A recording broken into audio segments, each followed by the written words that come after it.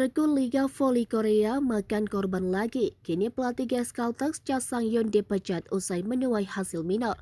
Cha Sang-yun bukanlah pelatih pertama yang lengser dari kursi kepelatihan Liga Voli Korea.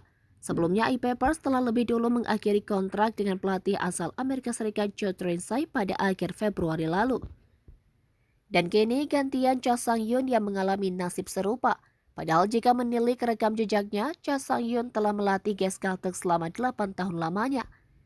Pemecatan Cha Sang-yun dari kursi pelatih GS Caltex tak lepas dari performa timnya yang kurang memuaskan. Ya, GS Caltex gagal lolos ke playoff dan hanya mampu finish di peringkat 4. Saat ini GS Caltex telah merampungkan seluruh pertandingan fase reguler dan mengemas 51 poin. Meski sempat tampil menawan di putaran awal, GS Caltex nyatanya gagal mempertahankan konsistensi mereka.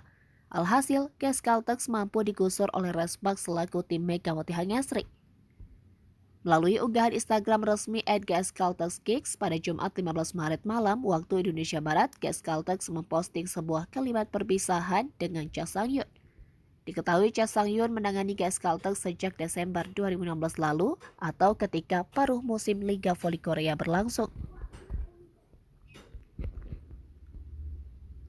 Datang ketika kompetisi sudah berjalan, tangan dingin Cha Sang-yun mampu membuat perubahan di skuad GS Caltex meskipun belum bisa meraih gelar juara. Gelar juara Liga Voli Korea baru bisa disumbangkan Cha Sang-yun pada musim 2020-2021.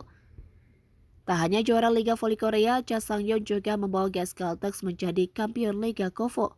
Masih dikutip dari sumber yang sama, Cha Sang-yun kemudian menyampaikan ucapan terima kasih kepada semua pihak yang telah mendukungnya.